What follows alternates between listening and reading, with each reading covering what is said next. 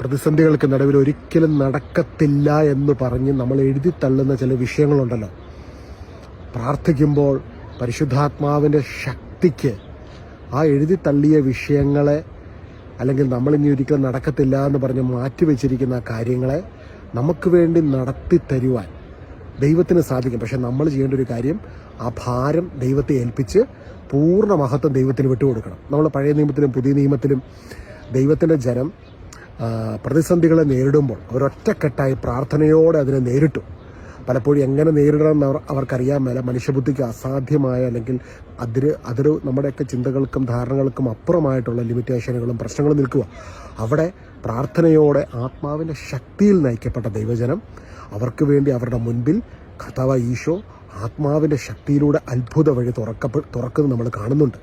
Israel ജനം വാഗ്ദത്ത ദേശത്തേക്ക് കടന്നു പോകുന്ന സമയത്ത് ചെങ്കടലിൻ്റെ മുൻപിൽ അവർ നിൽക്കുന്ന സമയത്ത് ഒരു സ്റ്റക്കായ അവസ്ഥയാണ്. ഇനി എന്താകും? മുമ്പോട്ട് ഇനി എന്താണ്? പിറകിൽ ഫറവോൻ്റെ സൈന്യം, മുൻപിൽ ചെങ്കടൽ. എബ്രായ ലേഖനം 11-ാം അധ്യായത്തിന് 27-ാം വാക്യത്തിൽ നമ്മൾ കാണുന്ന രാജകോപം ഭയപ്പെടാതെ മോശ അദൃശ്യനായവനെ ദർശിച്ചാൽ എന്ന പോലെ സഹിച്ചു നിന്നു. ചില ചോദ്യങ്ങൾക്ക് മുമ്പിൽ ഉത്തരങ്ങളില്ലായിരിക്കും അല്ലേ ഇനി എന്താണ്? പുറകിൽ നിന്നും പ്രശ്നം, മുമ്പിൽ നിന്നും പ്രശ്നം. പക്ഷെ അതിന് നടുവിൽ പരിശുദ്ധാത്മാവിൻ്റെ അഭിഷേകത്തിൽ ഇന്ന് നിറയുവാൻ സ്വർഗം നിന്നെ വിളിക്കുകയാണ് ഇന്ന് ഈ വീഡിയോ സന്ദേശത്തിലൂടെ. അന്ന് ദൈവജനം പുതിയ നിയമത്തിൽ അപ്പസ്തലന്മാർ സിഹോൻ മാളികമുറിയിൽ ഇരുന്ന് അവർ പ്രാർത്ഥിക്കുന്ന സമയം എന്ന് പറഞ്ഞാൽ യേശുവിൻ്റെ മരണ പുനരുദ്ധാനങ്ങൾക്ക് ശേഷം ചോദ്യങ്ങളുടെ ശരങ്ങളായിരുന്നു ഇവരുടെ ചുറ്റും. മനുഷ്യർ ഒറ്റപ്പെടുത്തി, അല്ലെങ്കിൽ മനുഷ്യരുടെ പല ചോദ്യങ്ങൾക്ക് ഉത്തരവില്ല. പക്ഷെ അവർക്കറിയാം ഈശോ സത്യമാണ്, ഈശോ വഴിയും സത്യവും ജീവനുമാണ്. അവൻ ക്രൂശിൽ സകലതും പൂർത്തീകരിച്ചു, മരണത്തെ തോൽപ്പിച്ച് ഉദ്ധാനം ചെയ്തു. പക്ഷെ മാനുഷികമായ പല ചോദ്യങ്ങൾക്കും ഉത്തരങ്ങൾ കിട്ടാതെ അടുത്ത സ്റ്റെപ്പ് എന്നുള്ള ആ ചോദ്യങ്ങളുമായിട്ട് അവർ സിഹോൻ മാളിക മുറിയിൽ അമ്മ മാതാവും ശിഷ്യന്മാരും 120 പേര് ഒരുമിച്ച് കൂടിയിരുന്ന് പ്രാർത്ഥിക്കുന്ന സമയം പരിശുദ്ധാത്മാവ് അവരുടെ മേൽ കടന്നു വന്ന അഗ്നിജ്വാലകൾ പോലത്തെ നാവുകൾ ഓരോരുത്തരിലും നിറയപ്പെട്ടു.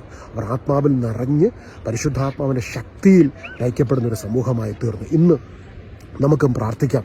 ജീവിതത്തിൽ ഇന്ന് കടന്നു പോകുന്ന സാഹചര്യങ്ങൾ എന്തു തന്നെയാണെങ്കിലും ആത്മാവിൻ്റെ ശക്തിയിൽ നിറയപ്പെടുവാൻ നമുക്ക് ഒരുമിച്ച് ഈ നിമിഷം പ്രാർത്ഥിക്കാം. നല്ല യേശുവേ, ഇന്നേ ദിവസം ഞങ്ങൾ ഐക്യമത്യപ്പെട്ട് പ്രാർത്ഥിക്കുന്ന നിമിഷം പരിശുദ്ധാത്മാവിനാലും ശക്തിയാലും ഞങ്ങളെ അഭിഷേകം ചെയ്യണമേ എന്ന് പ്രാർത്ഥിക്കുന്നു.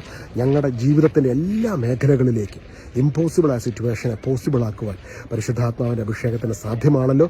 ആത്മാവാം ദൈവമേ, ഇന്നേ ദിവസം ഞങ്ങളുടെ ജീവിതത്തിൽ ആ ഇമ്പോസിബിൾ സിറ്റുവേഷൻ അവിടുത്തെ കരങ്ങളിലേക്ക് ഞങ്ങൾ ഭരമേൽപ്പിക്കുന്നു. ഞങ്ങൾ ഫ്രീ ആകുന്നു. ഈശോയെ 1 പത്രോസ് 5-ാം അധ്യായം 6-7 തിരുവചനം, അവിടുന്ന് നിങ്ങളുടെ കാര്യത്തിൽ ശ്രദ്ധാലുവാണ്. നിങ്ങളുടെ ഉത്കണ്ഠകളെല്ലാം അവിടുത്തെ ഏൽപ്പിക്കുവിൻ. ദൈവത്തിൻ്റെ ശക്തമായ കരത്തിൻ്റെ കീഴിൽ നിങ്ങൾ താഴ്മയോടെ നിൽക്കുന്നു. അവിടുന്ന് തക്ക സമയത്ത് നിങ്ങളെ ഉയർത്തിക്കൊള്ളും. ഇന്ന് ഞങ്ങൾ ഒരുമിച്ച് പ്രാർത്ഥിക്കുന്ന നിമിഷം പരിശുദ്ധാത്മാവൻ ഞങ്ങൾ ഓരോരുത്തരും പൂരിതരാകട്ടെ. പരിശുദ്ധാത്മാവൻ ഞങ്ങൾ ഓരോരുത്തരും നയിക്കപ്പെടുമാറാകട്ടെ. പരിശുദ്ധാത്മാവിൻ്റെ വരദാന ഫലങ്ങളിൽ നിറയപ്പെടുമാറാകട്ടെ. പരിശുദ്ധാത്മാവിൻ്റെ ശക്തിയാൽ ഞങ്ങൾ ഓരോരുത്തരുടെയും ജീവിതം അനുഗ്രഹപ്രദമാകട്ടെ. അത്ഭുതകരമായി ദൈവമഹത്വത്തിൽ വഴി നടത്തപ്പെടുവാൻ ഞങ്ങൾ ഇടയാകുന്നതിനെ ഓർത്ത് ഞങ്ങൾ അങ്ങേ സ്തോത്രം ചെയ്യുന്നു. നന്ദി ഈശോ. എല്ലാ മാനവമഹത്വം ഞങ്ങൾ അങ്ങേക്ക് നൽകുന്നു. ക്രൂശൻ ഞങ്ങൾക്ക് വേണ്ടി സകലതും പൂർത്തീകരിച്ച് ജീവൻ നൽകി ഞങ്ങൾ വീണ്ടെടുത്ത ഈശോയുടെ പുണ്യനാമത്തിൽ തന്നെ ഞങ്ങൾ പ്രാർത്ഥിക്കുന്നു. ആമേൻ. God bless U.